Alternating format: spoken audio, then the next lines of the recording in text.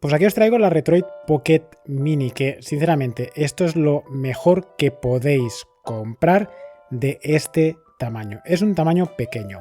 ¿Y qué es lo que nos viene? Básicamente lo que nos viene dentro del paquete es la máquina, que es preciosa, como podéis ver, y no viene nada más que sencillamente un pequeño cable para conectar, digamos, la electricidad. No viene cargador, no viene absolutamente nada más. Y aquí tenemos la máquina. Os lo voy a enseñar un poquito. Voy a guardar esto de aquí. Ya he estado trasteando con ella porque si no sería un vídeo súper aburrido, pero básicamente he cargado todo lo que podía cargar y os voy a enseñar el sistema que lleva y también os voy a enseñar la emulación. Vale, os voy a comparar la Retroid Pocket Mini a nivel de tamaño con otras máquinas que tenemos por aquí. Por ejemplo, la que tengo, que es más pequeñita, la Miyoo Mini. Como podéis ver, es bastante más pequeña, pero esto realmente es una pasada de máquina. Pero esta máquina no deja de ser muy poco potente. Lo que ganas en portabilidad lo pierdes en potencia porque solamente puede emular hasta PlayStation 1. ¿Qué más tenemos por aquí? Os puedo enseñar también lo que sería la Miyoo Mini Plus, que tiene la misma potencia que la Miyoo Mini, pero un poquito más de tamaño. También podíamos comparar con una antecesora de esta Retroid Pocket Mini. Tengo aquí la Retroid Pocket 2S, que como podéis ver, más o menos son de tamaños bastante parecidos. Yo diría que básicamente son bastante sustituibles. Quizá esta es un poquito, la Retroid Pocket Mini quizá es un poquito más grande, pero yo diría que más o menos tienen el mismo tipo de sector y de tamaño. Eso sí, no podemos comparar la calidad de la Retroid Pocket Mini con la calidad de la 2S. Este chip que lleva aquí es muchísimo más potente y además tenemos una pantalla OLED, cosa que aquí es un chip bastante menos potente y una pantalla LCD.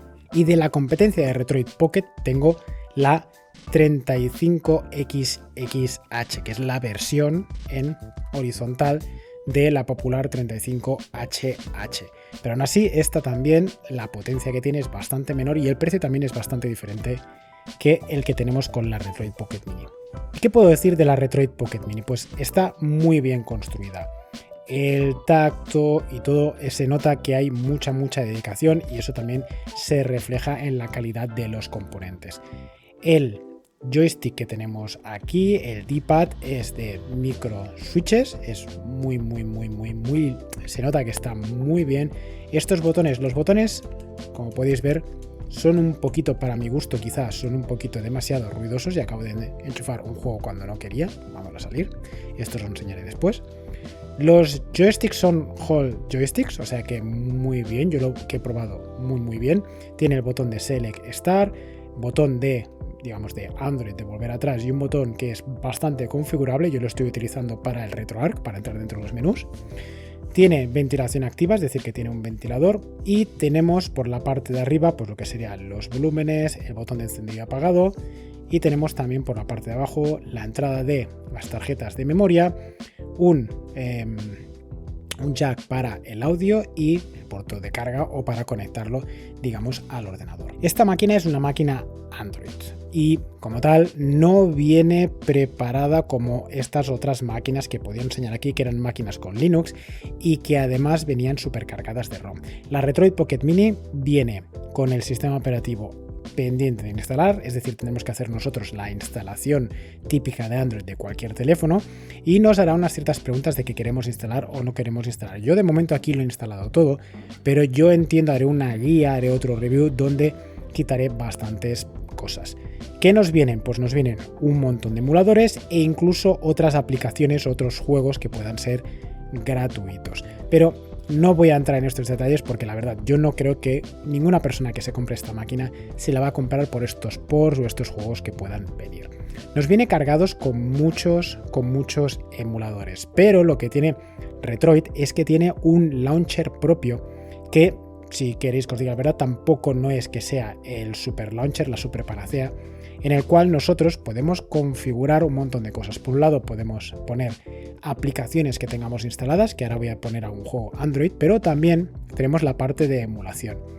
Esa parte de emulación, ya la máquina ya nos lleva un montón de emuladores, aunque los tendremos que configurar un poquito. Y tendremos que poner los juegos en las carpetas que ella nos dice, y entonces ya podremos escanear y nos los detectará. Con esta máquina hay que trastear, sí, no es una máquina fácil plug and play, no es una máquina que tú compres y desde el minuto 1 ya estás jugando, no. Hay que poner ROMs, hay que poner BIOS. Esta cosita de aquí tiene el mismo chip que la nueva Retroid Pocket 5. O sea, que vamos, que a nivel de potencia no nos va a faltar. Esto es la mejor máquina pequeña con pantalla 4.3 que vuestro dinero puede conseguir.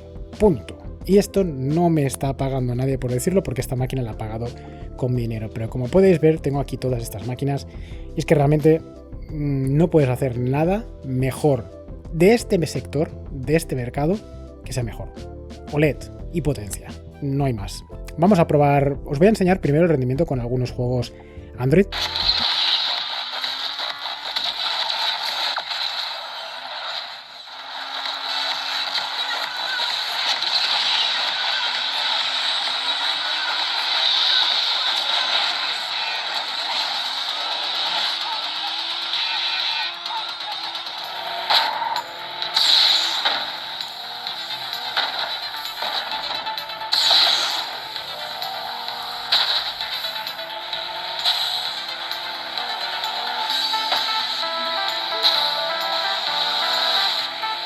Bueno, como podéis ver, el volumen y los altavoces se escuchan de fábula. Voy a saltar y voy a ir directamente a aquellas cosas que realmente yo sé que van a ser las preguntas, porque lo bueno de esta máquina es que es muy pequeña y tiene muchísima potencia. Y es que vamos a poder emular, vamos a ver lo que hay. Hay Game Boy Advance, Game Boy Color, Nintendo 64, Nintendo DS, la Nintendo, la NES, Super Nintendo, Nintendo GameCube, Wii, PC Engine, vamos, aquí hay de todo. Yo creo que la mayoría de gente va a estar preguntando, ¿se puede emular máquinas potentes? Y la respuesta es sí. Como podéis ver, Gran Turismo 4 lo puedo mover sin ningún tipo de problema. Y es que esto es increíble, es que esto te cabe en el bolsillo y en el bolsillo te puede emular PlayStation 2, que es una auténtica locura. Vamos a ver si esto arranca.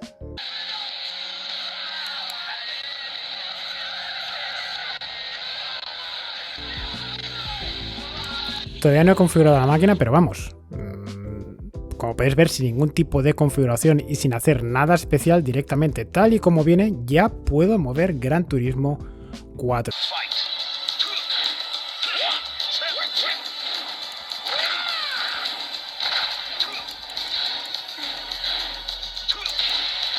Aquí estoy ejecutando el Outrun, pero si os fijáis, no lo estoy moviendo, digamos, a su resolución, lo estoy doblando la resolución. Tiene suficiente potencia como para moverlo a 2 veces su propia resolución. Y habrá juegos que incluso los podremos hacer a mucho más.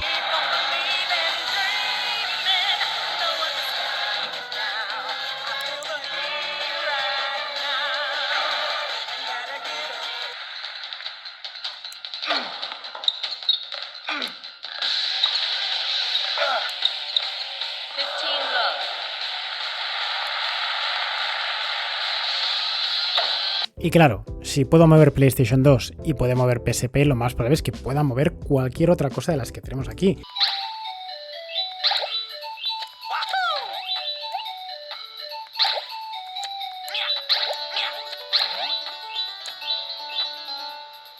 Si algún juego veis que no llega al tema de nivel de potencia, pues es que tenemos...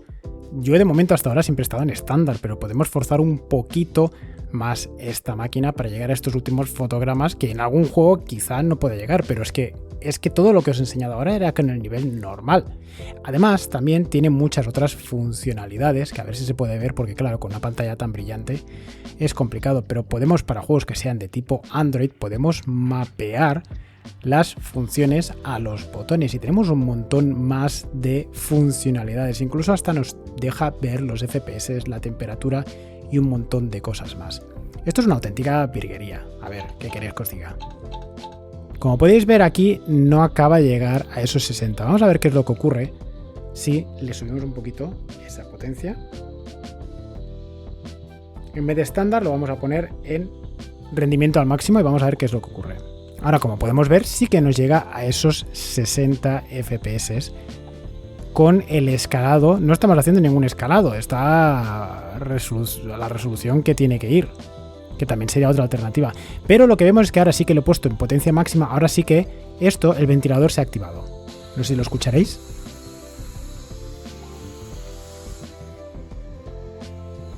No sé si lo estáis escuchando, pero claro, en el momento que lo pongo la aspiración al máximo y sí que noto cómo entra el aire por aquí detrás y cómo sale por aquí. Se está notando. Esto funciona, funciona en una cosa que es igual que podría ser, como digo, las últimas Lamborghini, esta horizontal, que te puede mover muchísimo menos que esto. Esto es una auténtica pasada de máquina. Yo creo que de momento para esta preview que estoy haciendo, yo creo que hay suficiente. Como habéis podido ver, esto tiene muchísimos sistemas y no los estoy enseñando todos, porque en verdad incluso hay más. Estos son los que yo a este launcher que lleva la máquina le he activado, pero si os fijáis también tenemos Neo Geo Pocket, Neo Geo Color, Sega Master System, WonderSwan, Atari Lynx, las Ataris diferentes, 3DO, hay más.